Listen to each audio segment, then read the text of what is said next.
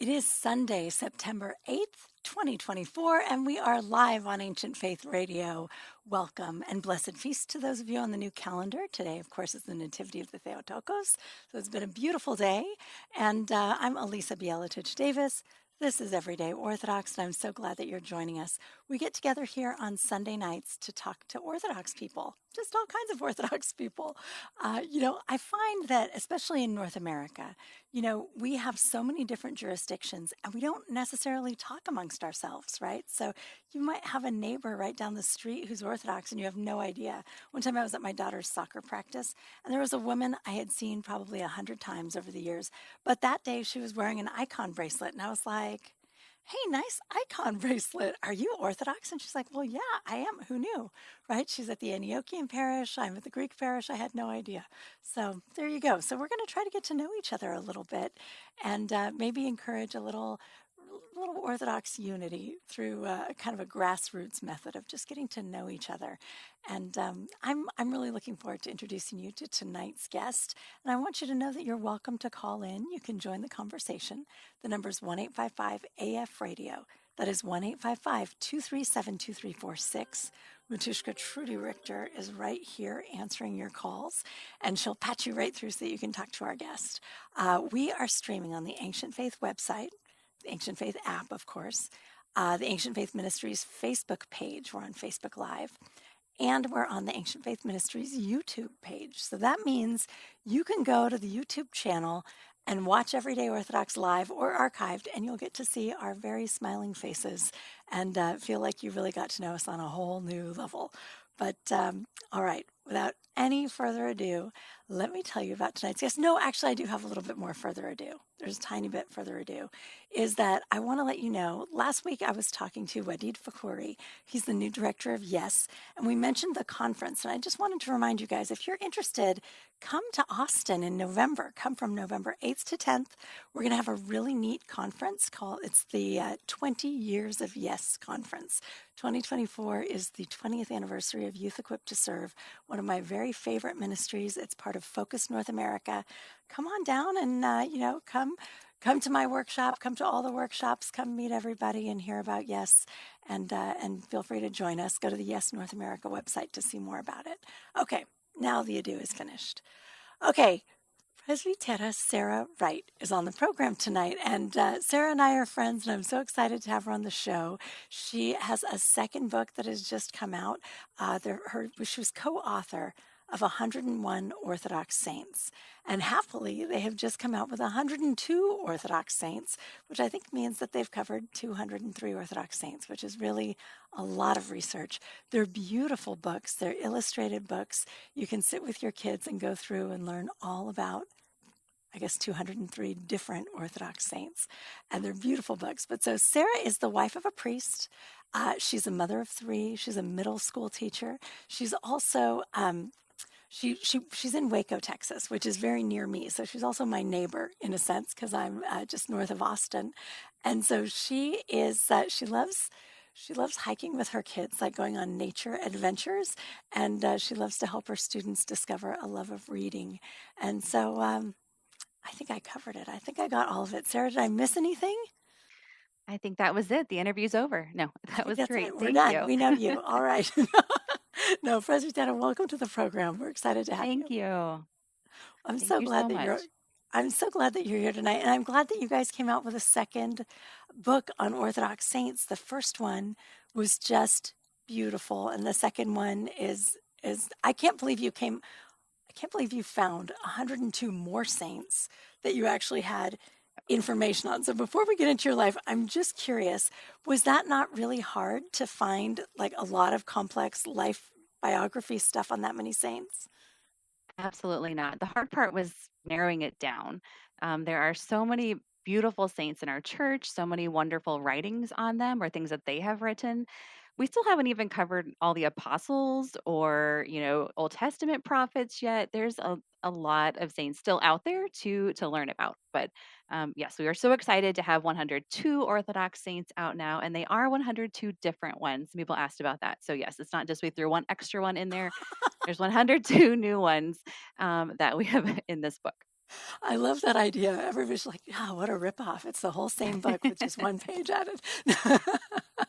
No, so it's a total of 203 saints now that you've profiled Correct. and Yeah. illustrated, and it's beautifully done. But Thank we'll you. get to the book in a little while and what made you decide to do that. I just want to hear about you. Where were you born? So I was born in New Jersey, in Okay. Princeton, New Jersey. My dad was going to Princeton Theological Seminary. So while my parents were there, that's where I was born. I've never really been back there since. So I don't have a claim to New Jersey necessarily. We moved to Missouri and then Iowa after that. So Iowa is where I spent more time. Oh, gotcha. Okay. And so was your dad a priest or a pastor or what was he? Was he an academic? What was he doing? So he was a pastor in the Reformed Church of America, and Okay. he was a pastor in that for quite a while. And so, yes, in Iowa, up in the northwest corner of Iowa, in a small town near Orange City, Iowa, I grew up and was there for my elementary and early middle school years in this lovely corner of Iowa. And yeah, really enjoyed that area. But That's then he is beautiful. also an academic, so we did move to Texas in 8th grade. Uh, He went to Baylor to get his PhD, so we moved to the Waco area. okay, excellent. All right, so you grew up actually really in three different states plus New Jersey. So that's actually it's kind of a lot, but not too bad. At least you had big chunks of life, I guess, in Mhm. different places. But so in Iowa, it was a small town. Like how small? So I actually lived in more like a village. It was 12 Oh, houses and a church. That oh was the wow. yeah, it's called Middleburg. And so there were about 50 to 100 people, depending on how many kids were running around at the time in that small community, and then the outlying farms, and then the church was there, and all the farmers would drive in on Sunday. So it was very much an agrarian community and very close knit. Oh, that's neat. So was everybody in the 12 houses there in the village, were they all going to the church? Was it like a village? You know what I mean? Mostly, Was it, yeah, yeah, not it's exclusively, but mostly? yes, I know That's kind there of were lots neat. of kids. So as a kid, it was perfect because we would literally have kind of the 80s dream of running around and coming back when it was dark. We could go That's everywhere. neat. Wow, I love the idea of having a community that's like mostly in the same church and kind of just connected in so many different ways. So it was the Reformed Church, so that's Yes. Calvinist? It is. It's the Dutch Calvinist. So most of the people in that community were immigrants from the Netherlands at some point. Some people still spoke Dutch or they had definite roots there. There was a tulip festival in the neighboring town every spring, and tulips lined the streets, and there was Dutch dancing and treats and all sorts of things. So it very much embraced their cultural heritage. We were not Dutch, but it was fun to grow up in that environment.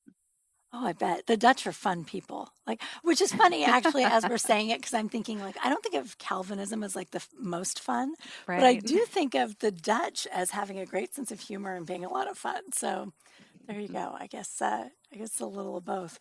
But so what were you like as a kid? What did you like to do? Oh, I was definitely a nerd, and quiet, so read a lot.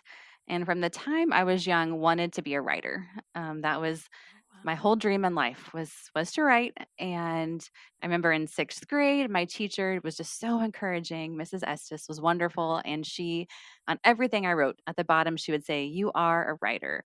And at the end of the year, she left a note and said, "Please send me a copy of your first book."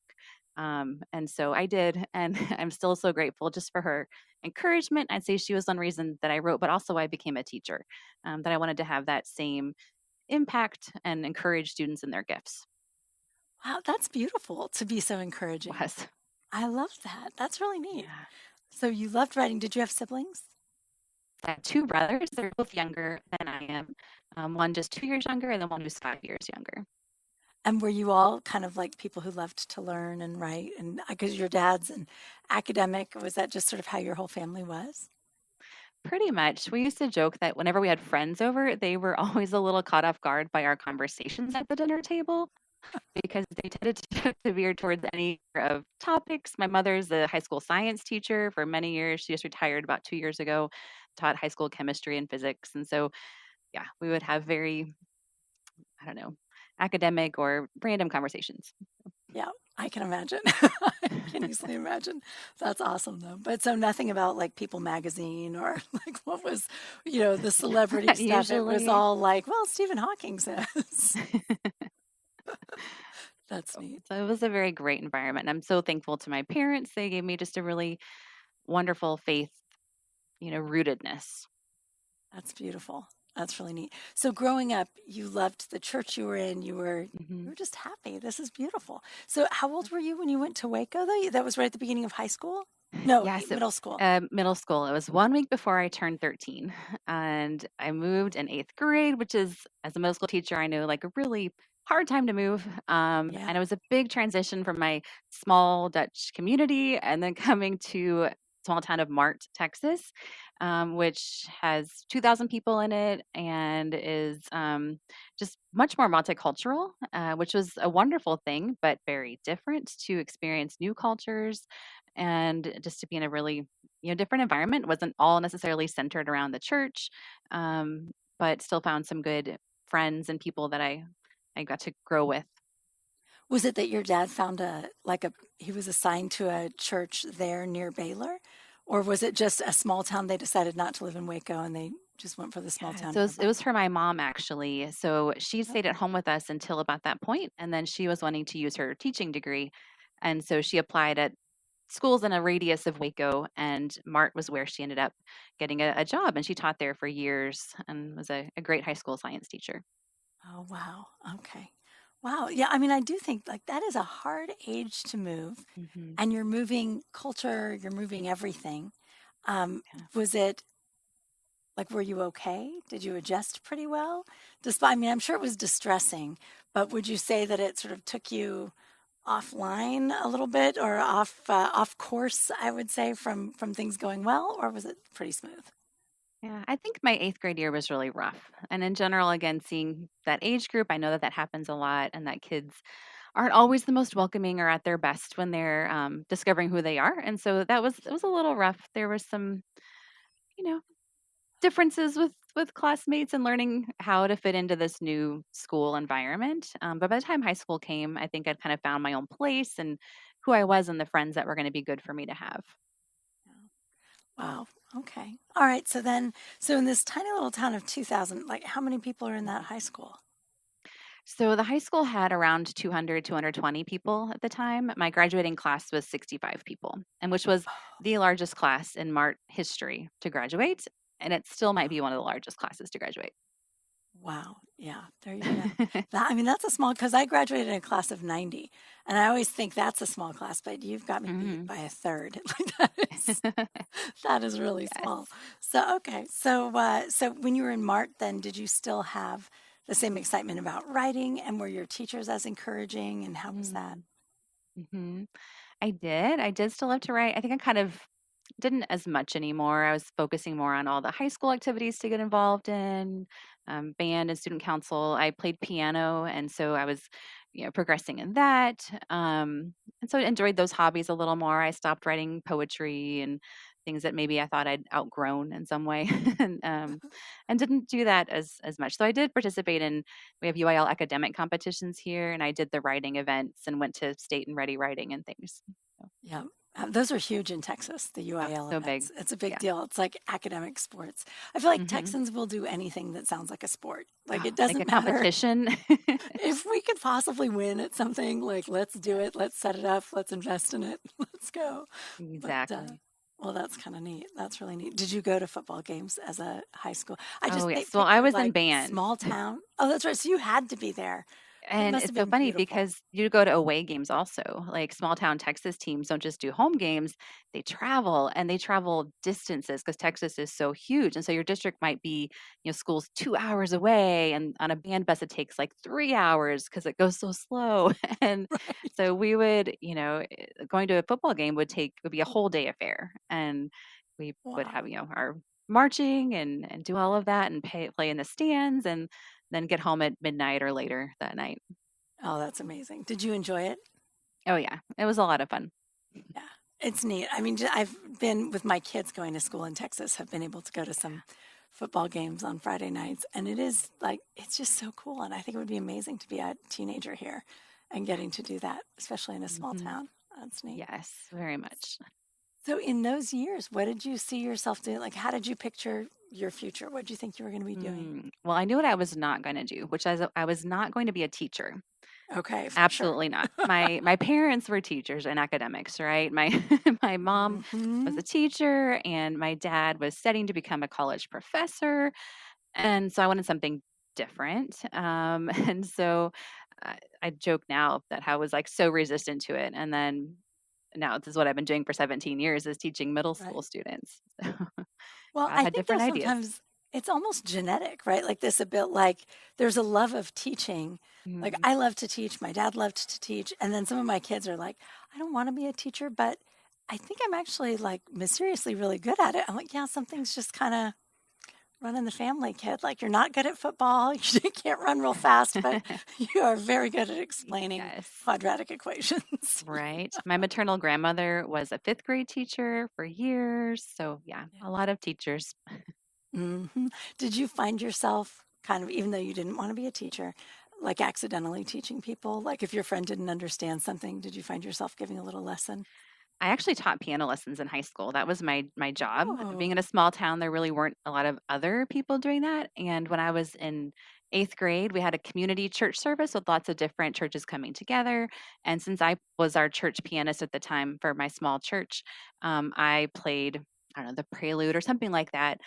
And I had a parent come up to me afterward as this 13-year-old eighth grader, teach my daughter and I'll pay you. And so wow. I started, well, that's what I said. I taught piano lessons.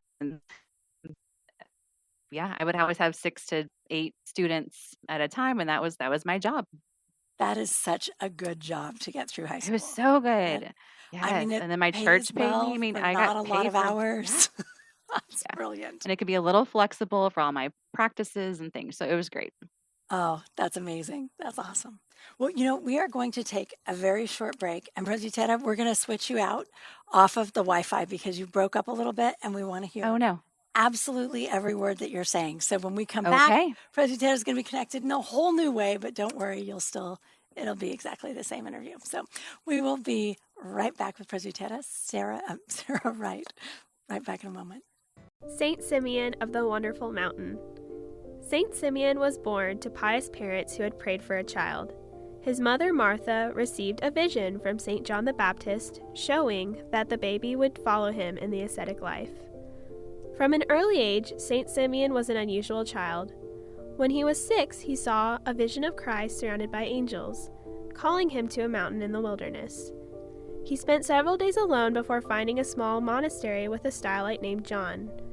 After a year in the monastery, he set up a small pillar next to John so that he could imitate and learn from him. People began to visit the pillars, and while still a child, Saint Simeon became a wonder-working healer to the pilgrims. At 13, he built an even taller column to be near Saint Simeon the Stylite, the elder, and lived there for 8 years. He received many visitors seeking advice and healing that he withdrew to a nearby mountaintop. The monastics followed and built a new monastery around him on the wonderful mountain. Though he avoided ordination for years, many wanted to receive communion from him, so Bishop Dionysius climbed the ladder of his pillar to ordain him. Saint Simeon directed the monastery for many years and reposed in peace at the age of 71. Taken from 102 Orthodox Saints, an illustrated guide by Sarah Wright and Alexandra Smallsbaugh. Illustrated by Nicholas Millara. Available now at store.ancientfaith.com.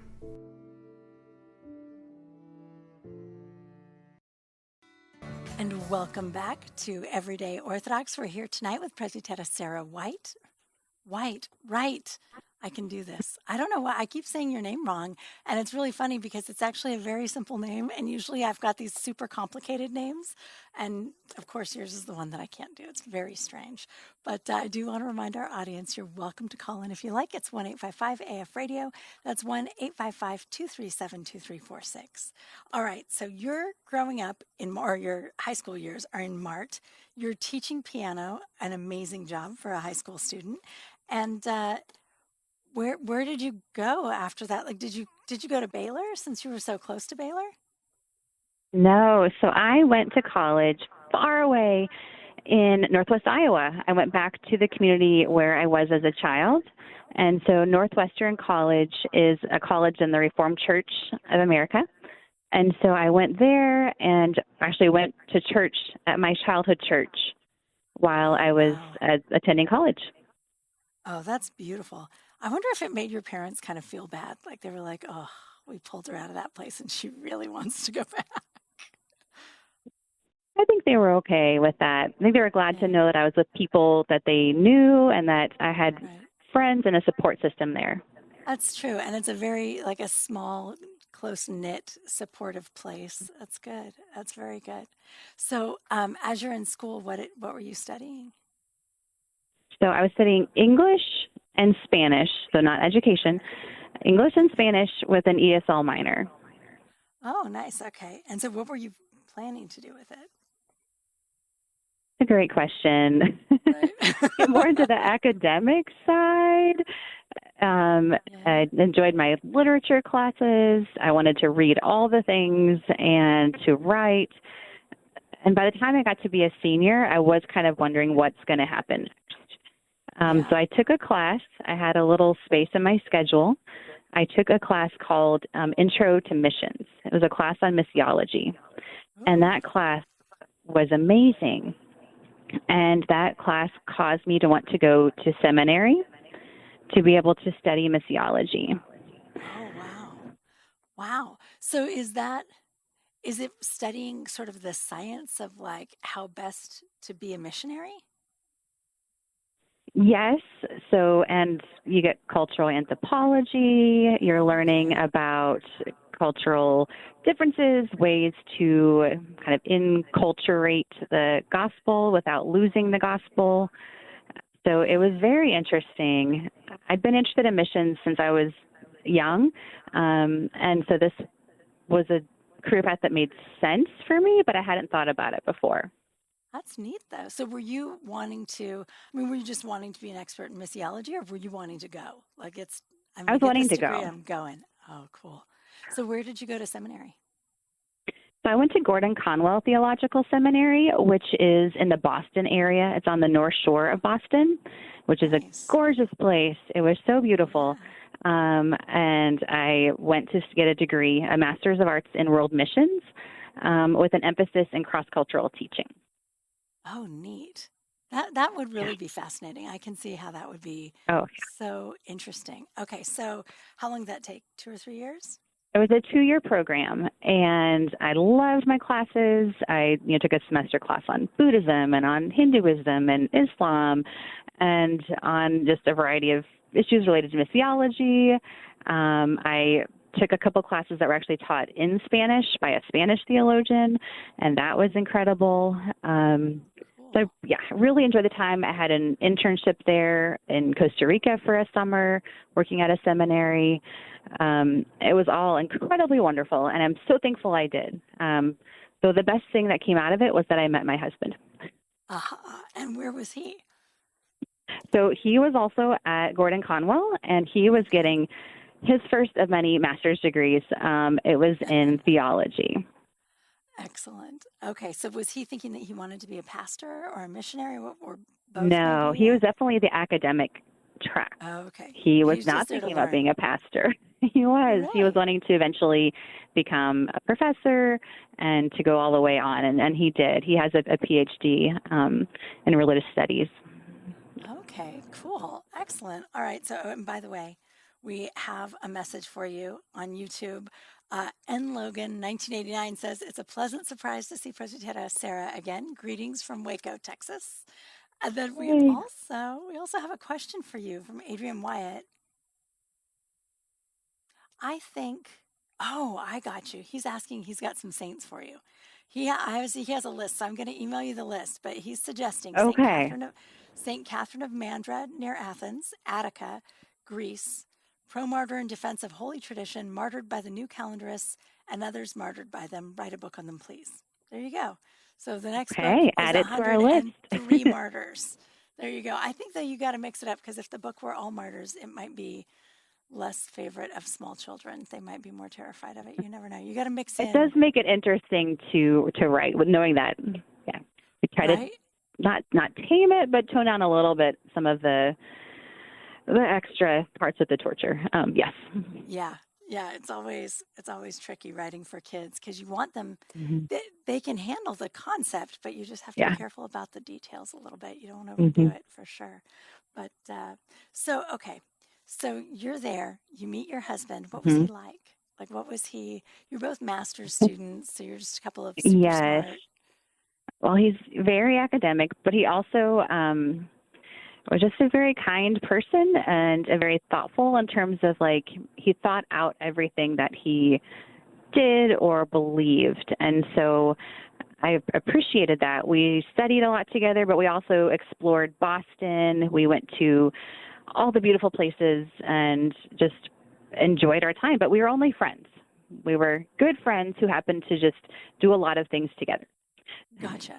Gotcha. Yeah. Now, do you in retrospect think you were falling in love and didn't know it?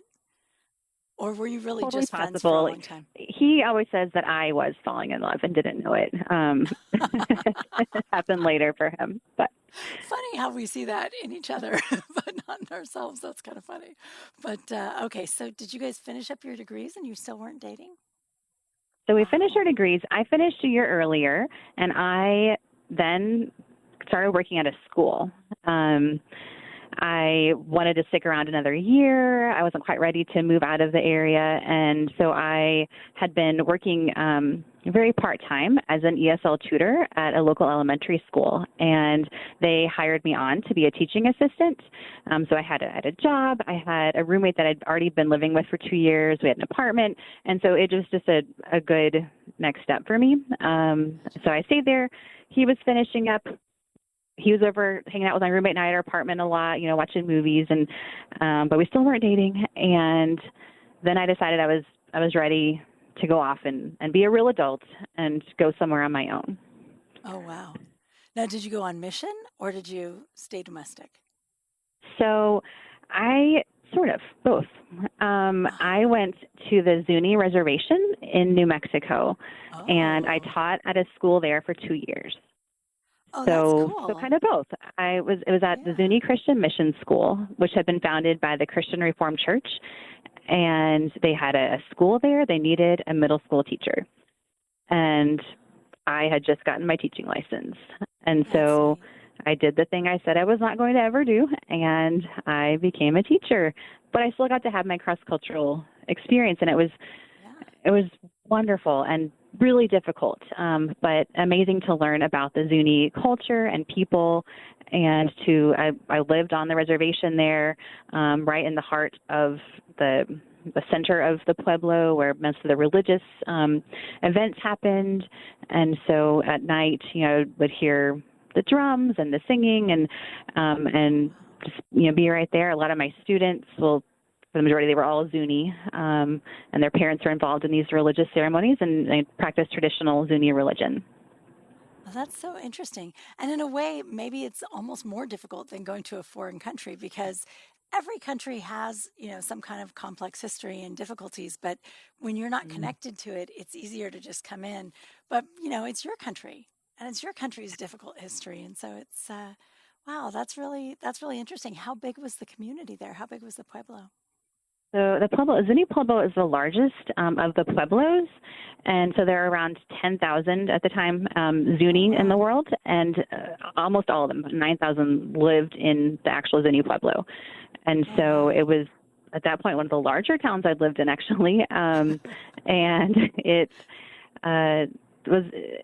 The Zuni retained their language, their culture, their traditions, their religion more than most of the other Pueblos did, partly because of their location. They're more isolated than the majority, and so they kept those. And still to Wow. today, they're one of the more kind of active in terms of religious traditions and keeping that culture alive. So what happens with a Christian school in that Hmm. setting? Was it Yeah. evangelism or what, and how was that received and how was it? So the Christian Reformed Church planted that school and the church over 100 years ago. And so they've kind of been like grandfathered in sort of into the community.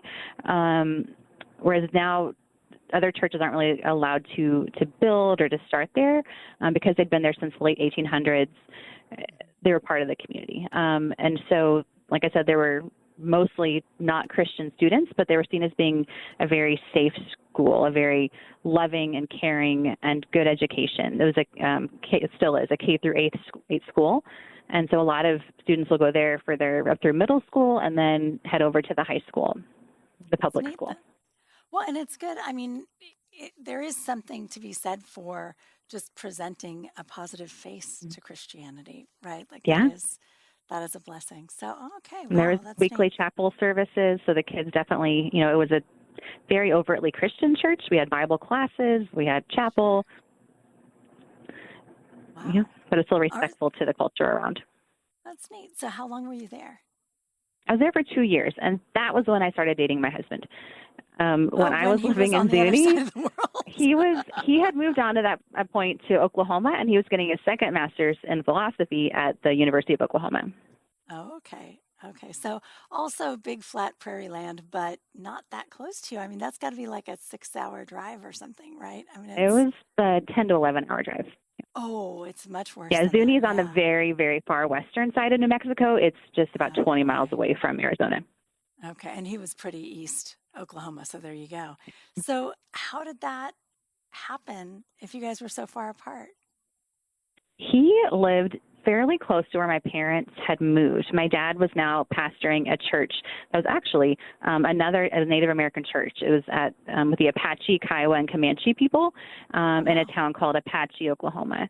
And so it was very much unexpected, but we were doing ministry among different tribes in the U.S. at the time. And so he was there. And so if I would go back to visit my parents, I would also stop by and go and visit my now husband. Wow. And on one of those visits, we decided it was time to start dating. Wow. That's really neat. So how long were you still in New Mexico while you guys were dating? About 1.5 years. Oh, that's a long time. That's a very long time. Yeah. So you must have really felt strongly about your work, though, that, that it was important enough that you could. I did. I wanted to stay there for 2 years. I felt like just 1 year is not enough time to really give and establish the kind of relationship that you want. Yeah, absolutely. And were you finding that you really liked teaching, even though you weren't going to be a teacher? And what you were really doing was mission work, but it was only kind of teaching. Did you start to realize that, no, this is maybe your calling? I loved it. Yes, I really did. And that was an interesting teaching job. I was pretty much a self-contained middle school, like a one-room schoolhouse.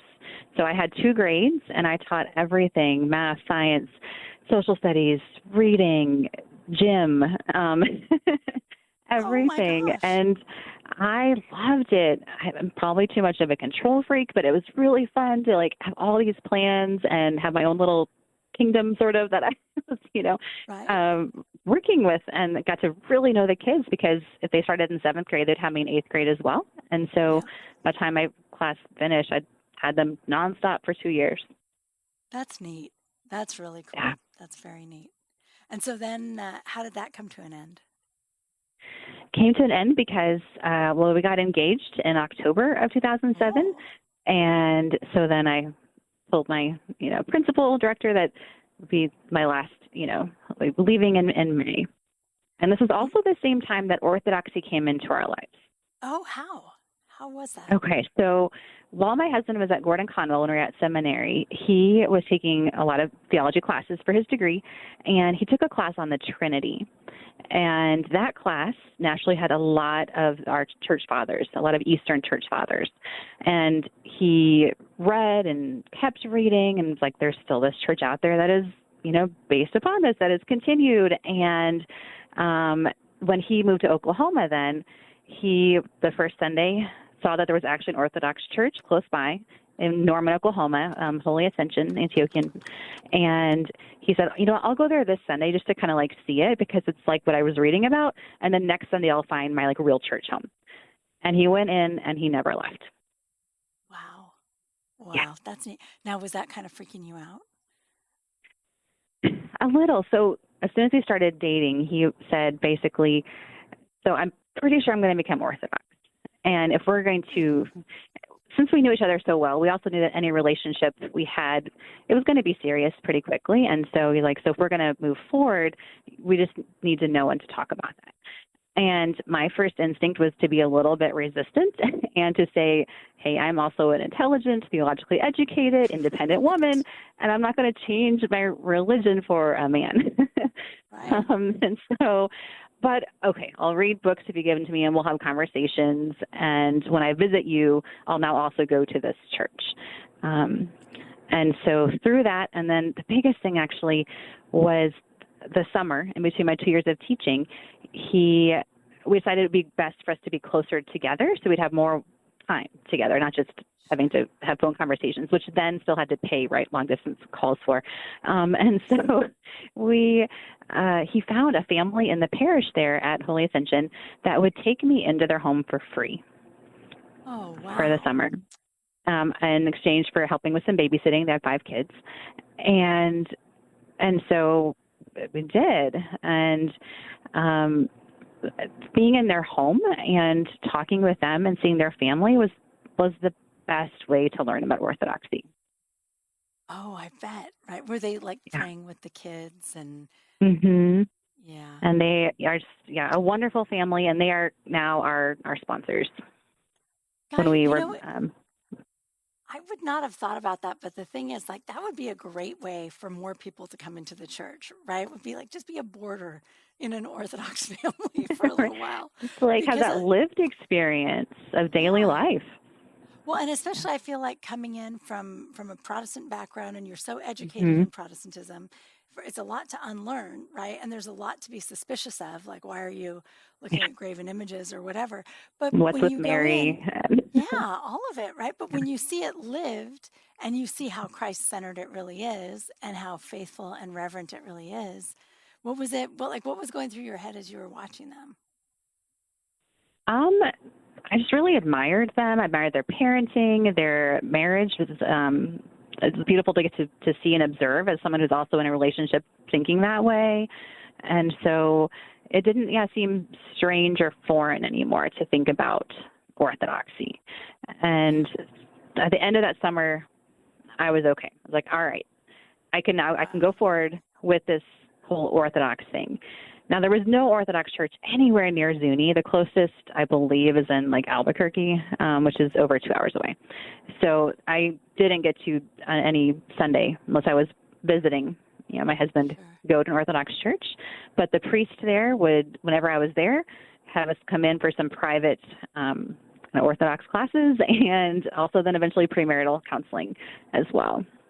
That's so neat. I just love that because I can see where it would be so much easier to convert because you can picture it. Mm-hmm. It's not like this big, weird, nebulous, like, oh, who will we even be? It's just like, oh, we're going to look like that. That's going to be nice. Yeah. And There it's you go. real people and not something that's just intellectual or not something that just seems very strange. It's an actual lived experience of faith. Yeah, it's not just this academic conversation with your fiance. Yeah. Now, what did your parents think about this? That's a fun question. So I remember it was Pascha and Easter, Western Easter lined up that year.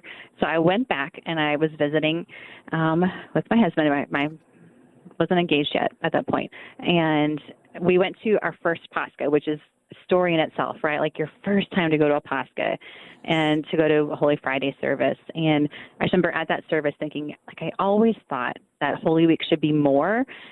And this is the more. Like, this is the more that it needed to be. Like, the depth and riches still of Holy Week always just amazed me. So we did all of Holy Week and the Pascha, and we were tired as anything. But my dad asked me to play piano at the Easter service at the church he was pastoring in Apache, Oklahoma. So we, drove the next morning and made it there for the early morning service. And I don't know how much sleep. And to be young at the again. end, right? Wow. I know, it never happened now.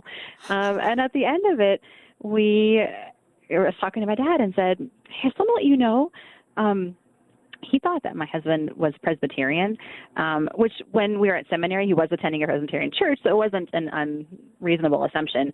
But I said, just to let you know, Dan, my husband, Father Daniel, is going to become Orthodox, and I think that I am too. and then just kind of waited. My dad, a Protestant pastor, and he just stopped and was very deliberate. And my dad is a very deliberate person. And he thought, and he said, I always thought if I wasn't Reformed, I'd be Orthodox. And that was really the end of the conversation. They supported us. They were there at our chrismation, at children's baptisms, all the things. And then actually my parents are now Orthodox. And it sort of makes sense because your dad was so well educated on the faith that he didn't even have to ask what's Orthodox, right? Like he knew. He's like, right, like St. John Chrysostom and St. Basil. Okay. Right. So he knew that, and then they're now at the Western Wright Parish up in Wichita Falls. Glory to God. That's so neat. Yeah. That's great. That's amazing. All right. So now your husband has decided, or your fiance at the time has decided to be Orthodox. At what point does he feel a calling to be a priest? Because he wasn't going to be a pastor at all. Oh, right? no. So it's not like, it's not like, oh, I'm doing the same thing, but I'm changing denominations. This is a whole different thing. Yeah. So, all right. So I finish teaching in Zuni. We come back. We are chrismated on June 7th, 2008. 1 week later, we get married. It's our very first Orthodox wedding to see or to be at, and it's our own wedding. So that's like, hit sacrament, going full steam there. And he finishes up his degree at OU and gets accepted into the University of Virginia in religious studies. And he's working under an Orthodox scholar theologian there named Vigan Gregorian. And Vigan's great. So we move out there, and so my husband's dissertation, not to get into all of that, but centers around the Eucharist and repentance, and really the centrality of the Eucharist in the Christian life and the basis for ethics and repentance. And near the end of it, he's like, if I really believe this, the most logical thing to do is to be a priest and to have the Eucharist truly be central in everything that I'm doing. And so ending up our time in Virginia, then he's ready to look and apply for seminary. Wow. All right. So where did you go? Did you guys go to Boston? We did. And it wasn't a natural, next step. We were at a Ukrainian church, actually, in and around Charlottesville, Virginia. A lovely, wonderful parish, St. Nicholas, in the Charlottesville area. And we didn't have a tie ethnically to, Ukrainian church, but it was the nearest one. And they were just an incredibly wonderful parish, primarily converts. So it's the only Ukrainian church that's on new calendar, actually, in the U.S. At least it was back then. But we didn't have a tie to think about being, going pursuing priesthood in the Ukrainian church. And so he visited both St. Vlad's and Holy Cross and ended up setting on Holy Cross. So we were now going to be Greek. See, I love how, culturally, you went from I'm in a Dutch community, but I'm not Dutch, and now I'm in a Zuni community, and I'm not Zuni, and now I'm in a Ukrainian, and here we go, Greek. Here we go. Yeah, because you guys don't look Greek. You just don't. No. But I think have the Greek parishes been really welcoming of you? I would hope. Yes, very much.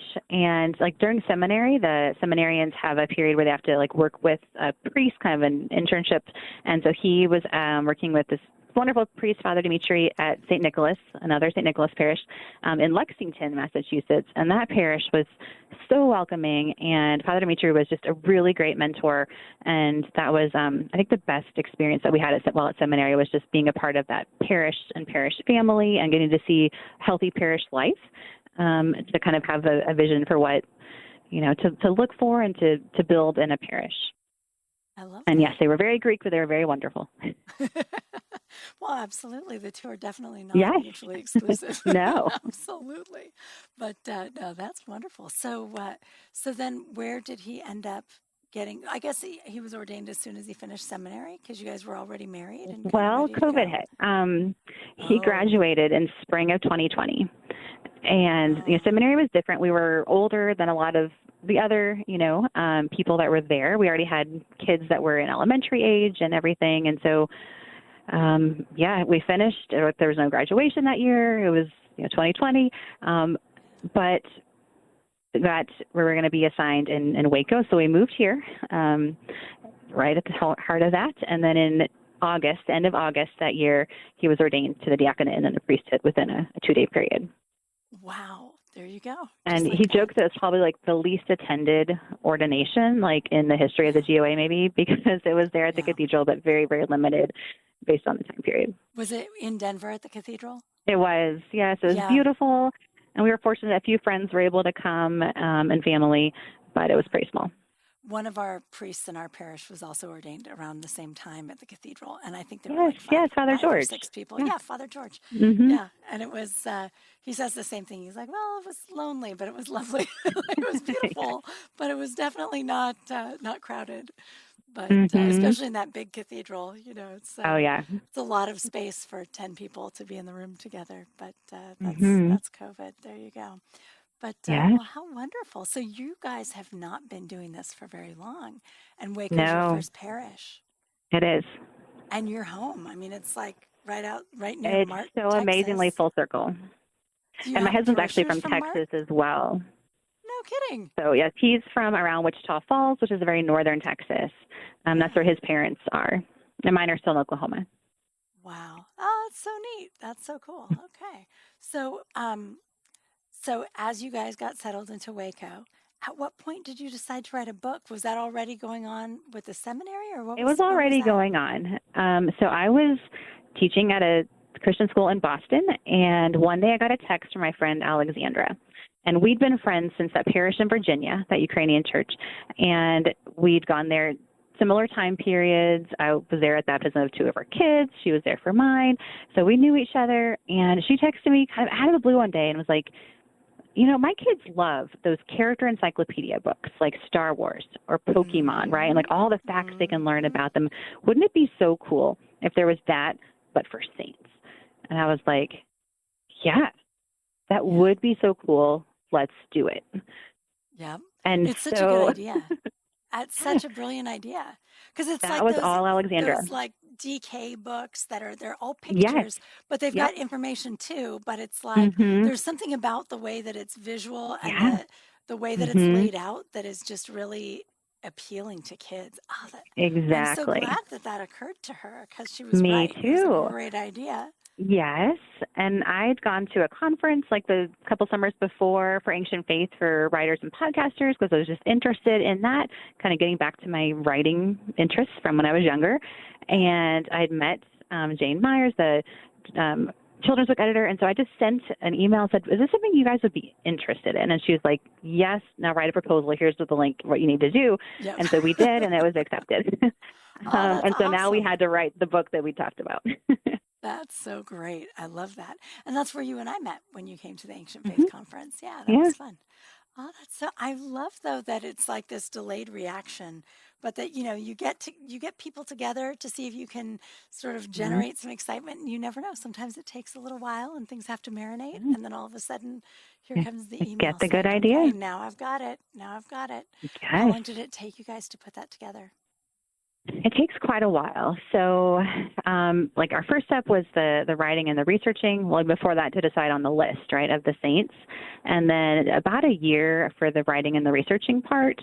And then the editing, which is an extra layer with a book like this. I mean, because Jane and some of the others have to, fact check, do their own research as well to make sure that we've, portrayed everything correctly. We don't want to have any, obviously with saints, we don't want to have mistakes. We don't want to do misrepresentations at all.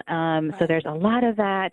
And then there's the layout and the illustrations and the maps and the glossary and the index. And there's just a lot that goes on. And so with the first round and with 101, I don't know, 3 years-ish from maybe even a little more, 3.5 from like inception of the idea to getting it ready. And then we had COVID with some delays and printing and that kind of thing also in there. Yeah. Well, that sounds about right. It takes a while, but it's also, I find it tricky when I'm researching a saint for something like for educational stuff for kids, that there are all different accounts. It's like the same story, but then you'll find that, the Ukrainian church tells it differently than the Antiochian church. And you're trying to like sift through these sources and figure out, well, is this, what makes the most sense and what sound, what I don't know, how do you decide when there are competing versions of a saint's life? So you want the core, like what's the same in all of them. And we use multiple sources. And so what seems to be consistent through all of them. And then if there's something that's just a really interesting fact or a really just beautiful story that you want to include, sometimes we'll say in there like some sources say or some traditions say, just to kind of say this is still a tradition of the church, but it may not be in everyone. So that might be some wording we might use. That makes sense, that you have to be just a little careful because it's just so interesting, right? Because like what one local church believes about a saint can be slightly different from what a different local church believes. But well, I love that you're able to include those things anyway, but to just kind of put a little caveat, little qualifier there. Right. Just so you know, if you ask your Greek uncle, he might say that's not true, but if you ask your Ukrainian neighbor, he's going to be all about that. Yes. Well, that's neat. So when you came up with the second one, did it take roughly the same amount of time, or was it a little faster this time now that you had like kind of a system? Yeah, it did go a little quicker since we had a better system in place. We were given, 1 year to do our writing, so that was about the same. And then the editing process was just a little bit quicker. We kind of had the things in place. They already had some connections made in terms of places to go to edit or sources to get the icons from that are at the top of each page. There has to be, copyright printing type stuff involved with it, or where to get the map. All those things had been handled, and so it made it a little bit easier. Yeah, and even just the layout. I mean, that's a complex layout, right? It's not just paragraphs on a page. You've got all these different little sections and different ideas, and so I would imagine the first time there's a lot of hammering that out, but once you've got a template, it's a little, at least that part of it is simplified. And even just in the book itself, like Alexandra is amazing, and she had a lot of the cool features, like those were her ideas. So like the timeline at the beginning of the book, which is just such a beautiful just visual to be able to look and see and get a feel for the time, for having an index at the end, so you can cross-reference and go and look and find saints related to lions or, something like that. You can look and discover. But those all take some extra time. Yeah, it does. It definitely takes some extra time. It's a lot of detail to be working on, but it's so beautiful and it has paid off so beautifully. Well, thank you. Books are just amazing. I know when your first one came out we have a podcast for kids called Tending the Garden of Our Hearts, and we read some of the saints' lives for the kids, and it's so beautiful and it's so beautifully done. We just really appreciate all the hard work that you put into it. Thank you. That's wonderful. And so now you're a presbytera. You're in Waco at the Greek parish there. How do you like it? How do you like being a presbytera?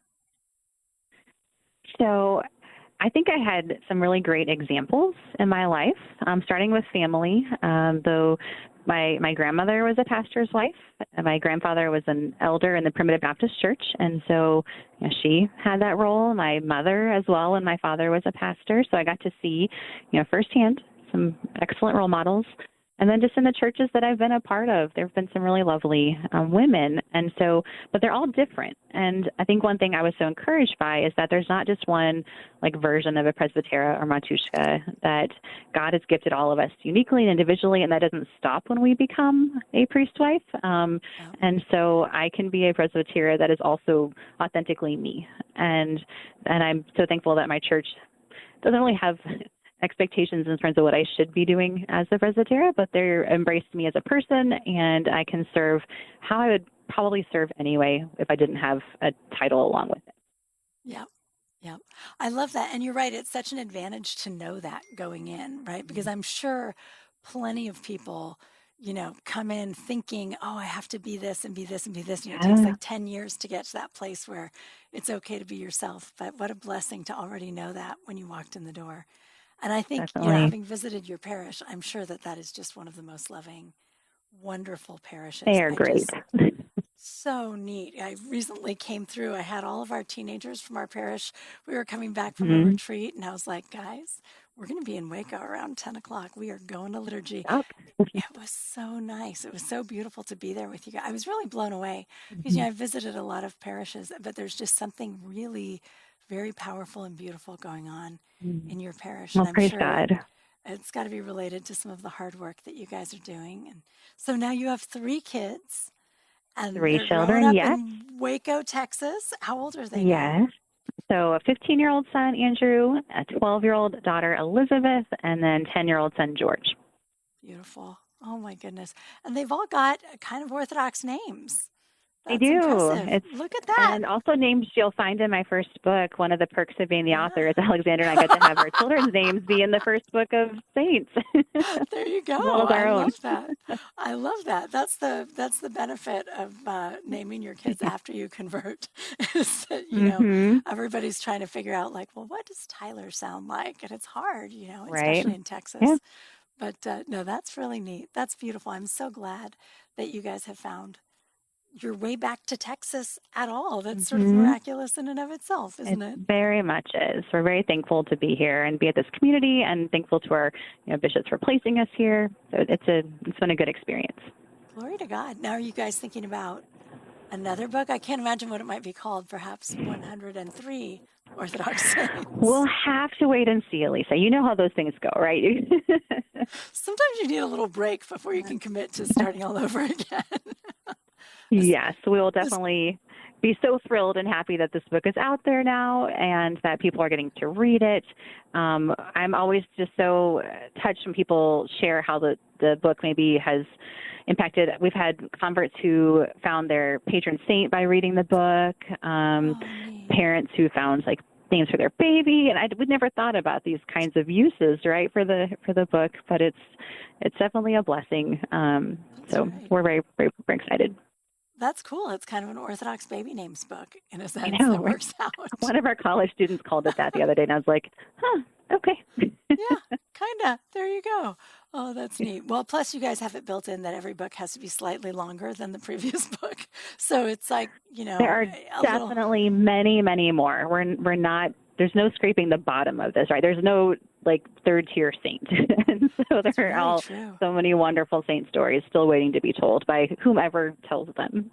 There are so many, especially just going through any one of these countries that have been Orthodox for over 1,000 years. The sheer number of people, it's just beautiful. New ones all the time, right? I mean, Matushka Olga was canonized recently. There were some new Romanian saints. Like there's all the time. That's right. Do you have Matushka Olga in your books? No, she was not actually officially a saint when this was made. Like I kept on hoping that we could get her in, but it didn't happen by the deadline. Well, I'm going to predict that she's going to be in 103 Orthodox Saints. But going out on a limb, wouldn't that be amazing? That would be awesome. Amazing. Glory to God. Well, Presidenta Sarah, thank you so much for coming on the program. It's just a joy to get the chance to talk to you.